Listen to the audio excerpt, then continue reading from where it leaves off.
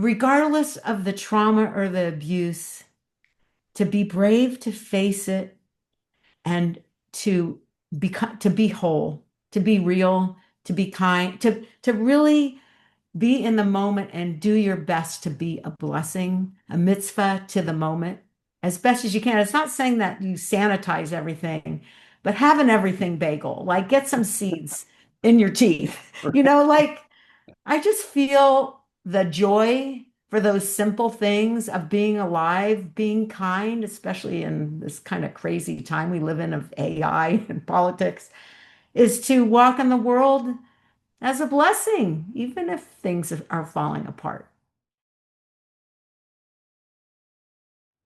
Welcome to Ira's Everything Bagel, where I talk with intriguing people about everything, their passions, pursuits, and points of view.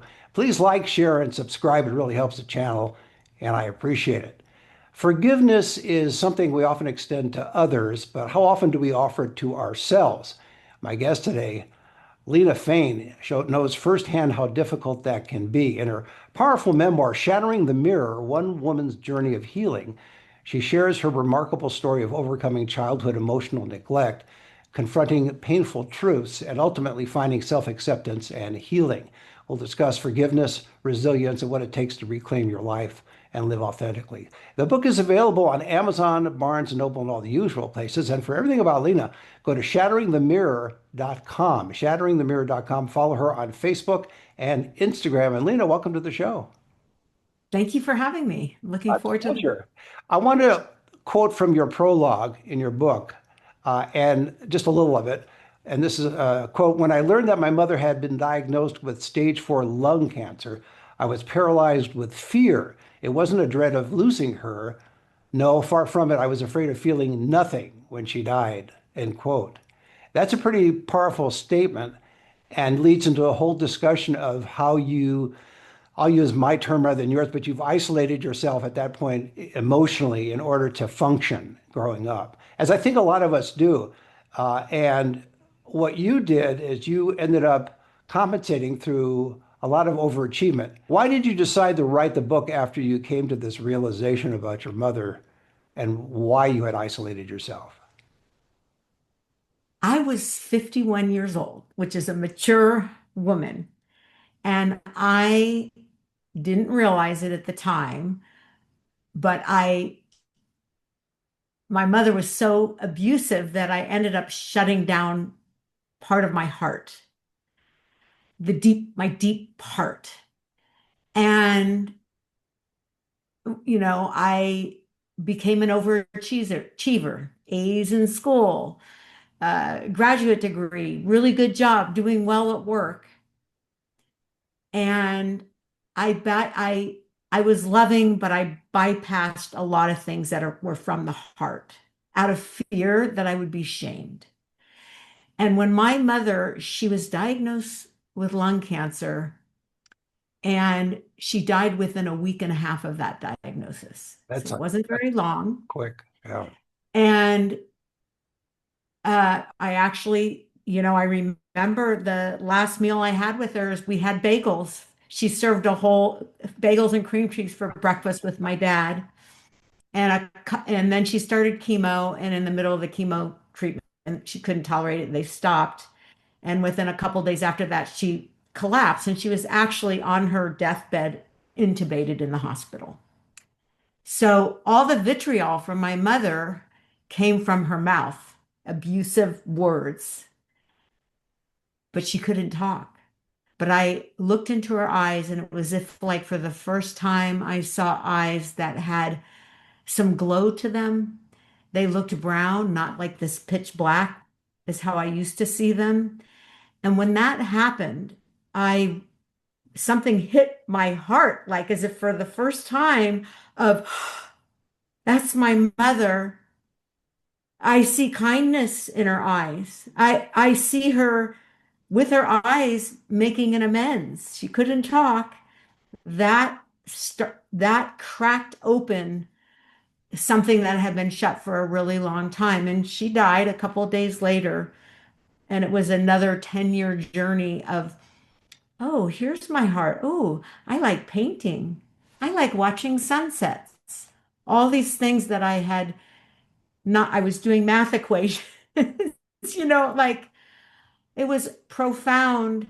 And I would say that journey to uncover my heart involved uncovering my true words, seeing like I was seeing, I was looking into people's eyes that my life, even though my mind isn't as strong as it used to be, I do forget my words.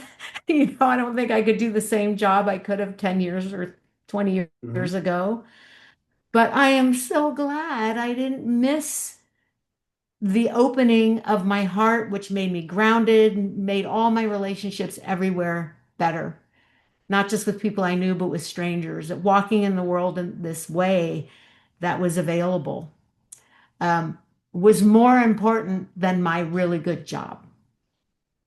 When you came to that realization, and you were just talking about it right now, did your father play a role in helping you cope with your mother's verbal challenges, let's put it that way, or was he Uh, ignorant of what was going on in terms of the my, dynamic?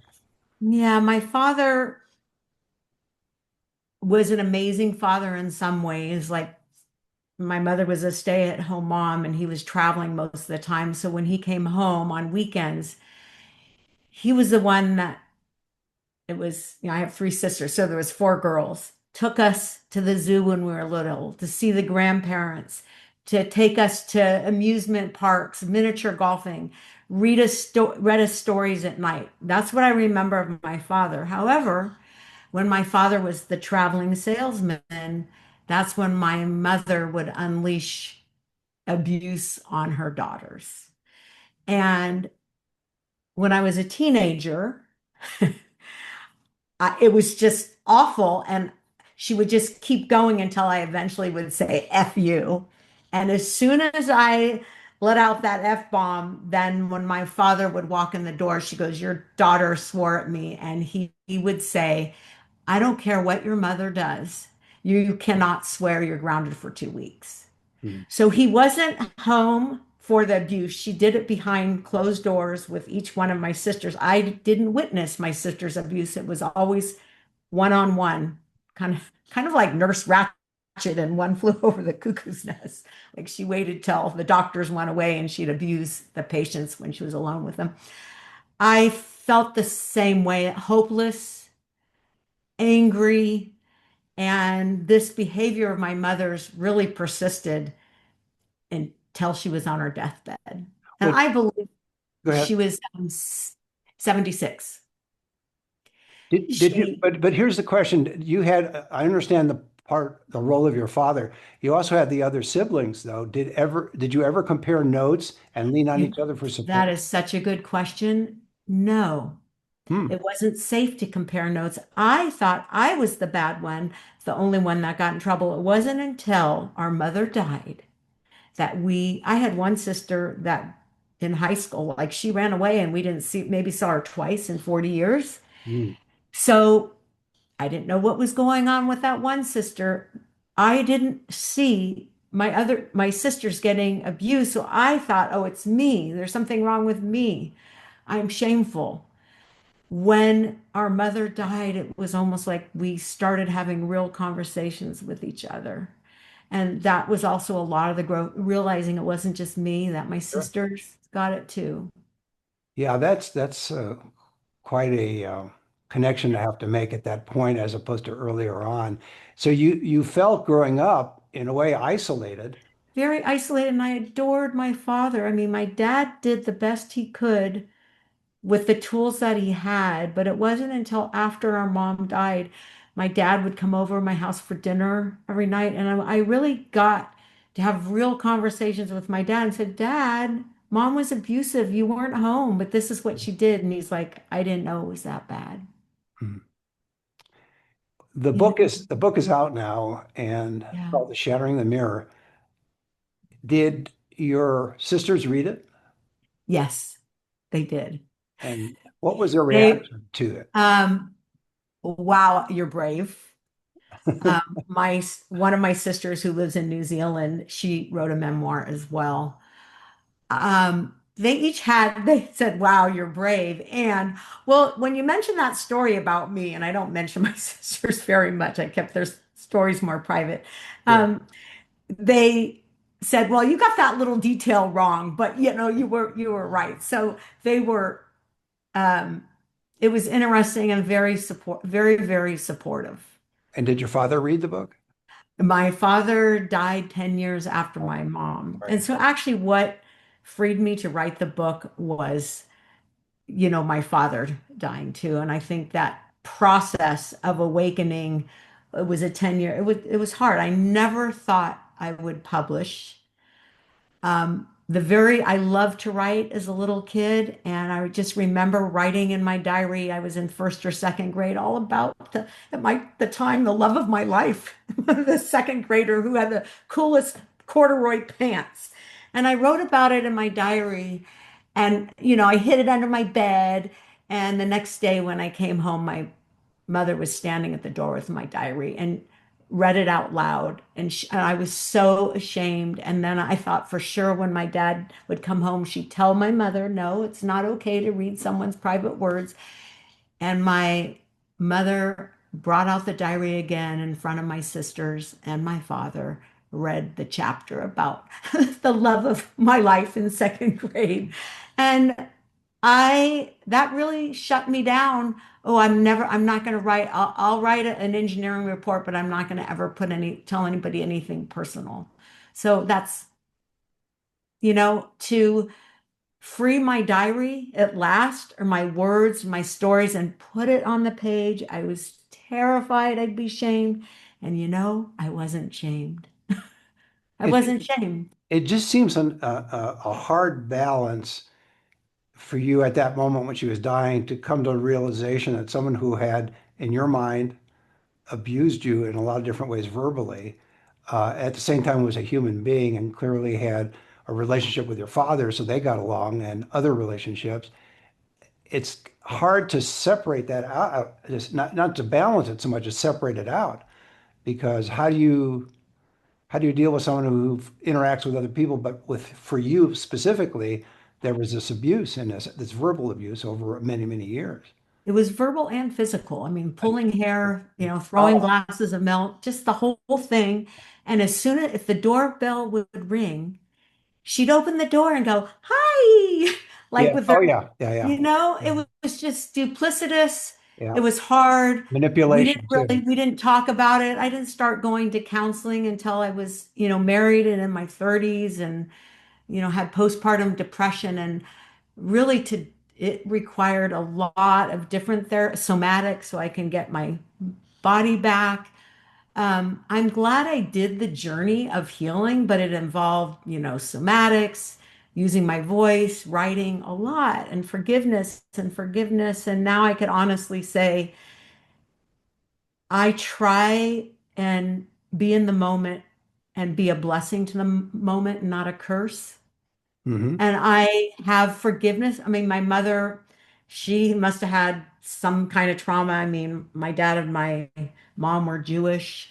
Their parents were all immigrants coming one at a time, baking Jewish cookies to earn money to send the next person over on the ship from Russia. And I'm sure my mom was an only child. Her parents both worked during the Depression. So she had some kind of trauma going on that was unresolved, and this anger was taken out on her children. It was sad, but I'm now 68. I have a lot of forgiveness for my mother and keeping all that anger inside. And she must have been in a lot of pain. Yeah, usually people are when they act that way. We should Yeah. point out that June 26th is Forgiveness Day, which is also known as Lena Fein Day. And Yeah. I just named it that, so that way I can Thank you. celebrate both. Yes, no Yeah. problem. Forgiveness is everything. I feel walking in the world with my heart. I may not remember sometimes what I ate for breakfast. My brain's not as sharp as it was, but I know my heart's in the right place. And so most of the time, I really feel like I'm blessing the moment by looking in someone's eyes, thanking them for coffee, thanking them for a bagel, whatever it is. Well, Um, here's what I'd like to ask you as a challenge, though. How do you forgive? And I don't mean it in your mother's case, but in general, because you've gone through this, as you call it, this journey. How do you forgive someone today who treats you badly, but treats you badly not because they were abused as a kid, but generally, I'll use an old term, the bad seed. Someone who's just bad, someone who's just manipulative as part of their life. How do you forgive someone like that? Because you know they're going to do it again. And don't you open yourself up to manipulation or worse by giving them? yes, that's such a good question. I live in San Francisco. I take walks every day. In general, I'm not interact.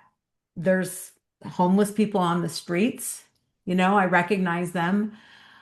Yeah, sometimes yelling, and I tend to, when I'm walking by, in a sense, protect myself. I had once a, guy on the street like lunge and actually bite my hand like a dog. I- Wow. All right. so I have a protection around. I think I have a good radar, so I have a protection. But in general, when I walk to in San Francisco, a coffee shop or a food shop, I always try, even if that worker looks stressed, I always try and just kind of breathe and say, "Oh my gosh, you look really busy today," and something to just sort of break the moment so that they're getting a blessing from me in a sense, even though they may be really, really stressed out. And in general, I'm having many more moments of blessings than curses. And if I feel I see a person that's doing bad behavior, I tend to just walk around it. No, that I understand. I do something similar when I encounter people that are not having the best day. I try and lighten their load a little bit. Yeah, But I'm referring more to relationships, someone you have to deal with on an ongoing basis who can be abusive, or can be manipulative, who's just a yeah, bad seed, as I mentioned earlier. yeah. How do you yeah, how do you Mhm. handle that in that case? I tend to tread lightly and limit especially let's say it's a family member or a sister. I'm It's not saying always that's it's a always the tough sister, one. The family is always the family to be kind, but maybe sometimes I have to limit some of the interactions, but with kindness. okay, so wait a minute. I'm going to challenge you, Lena, because it's important. Yeah, Again, author of the book Shattering the Mirror, One Woman's Journey of Healing. It's available on Amazon, Barnes and Noble, and all the usual places.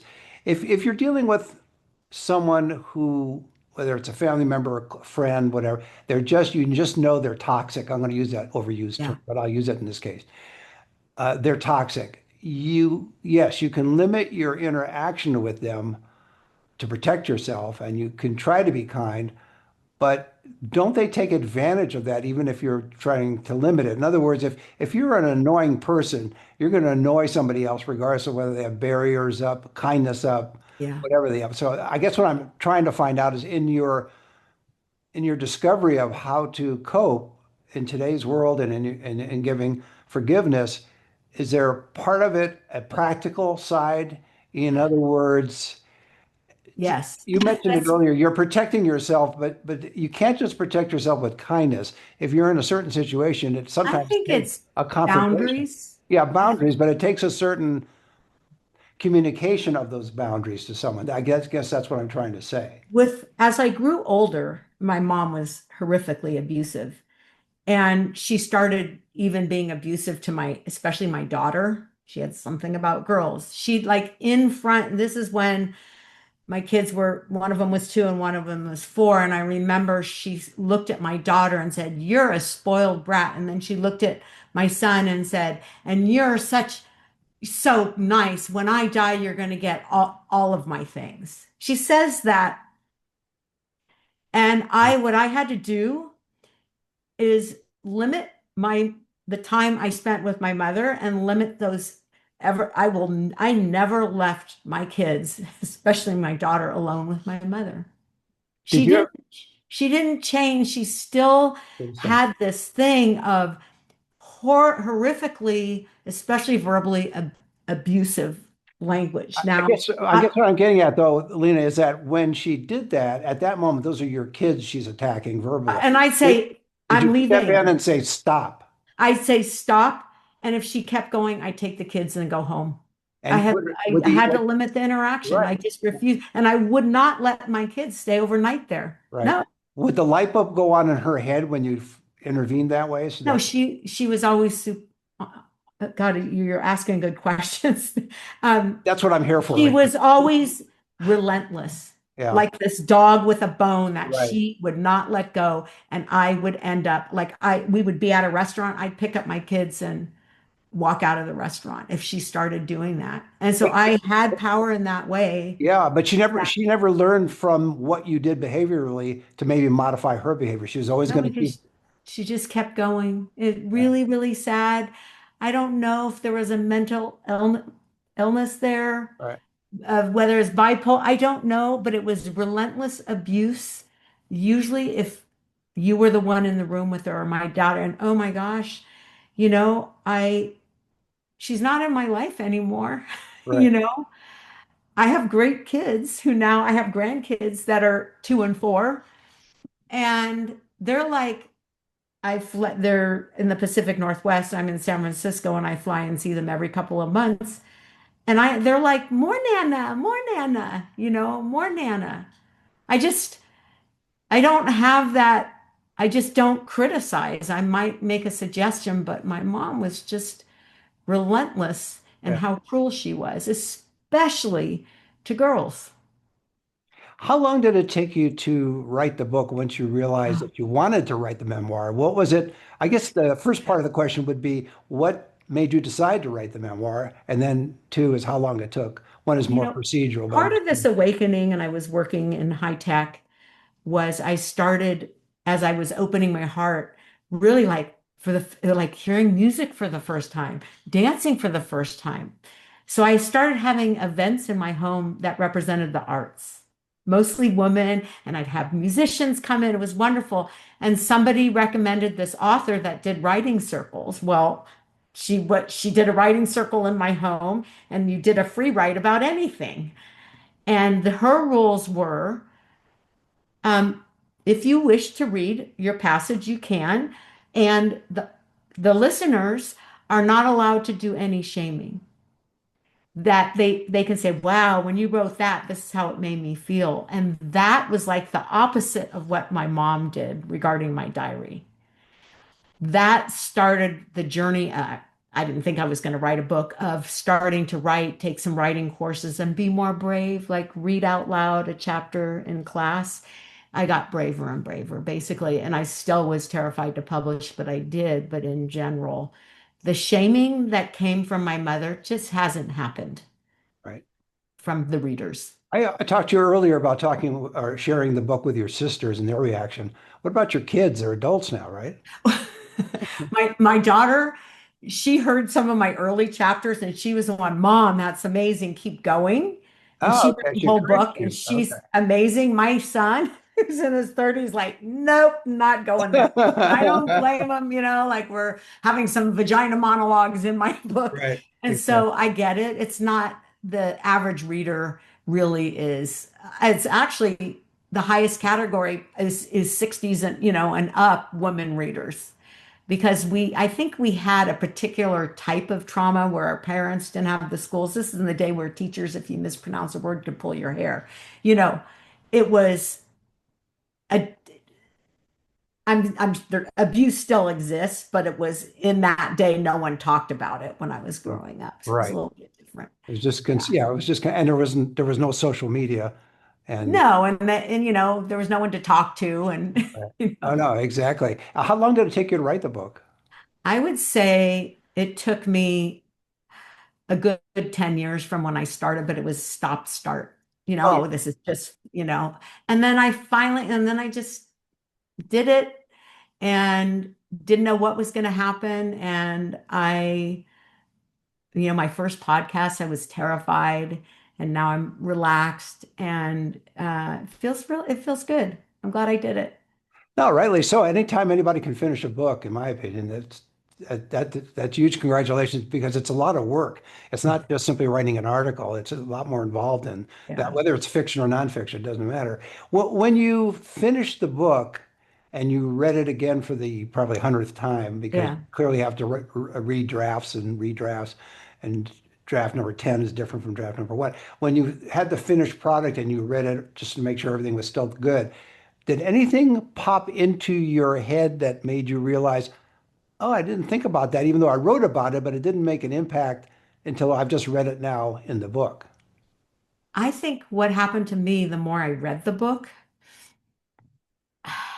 the more I got right, like integrated the story and the trauma in such a way that it was healing.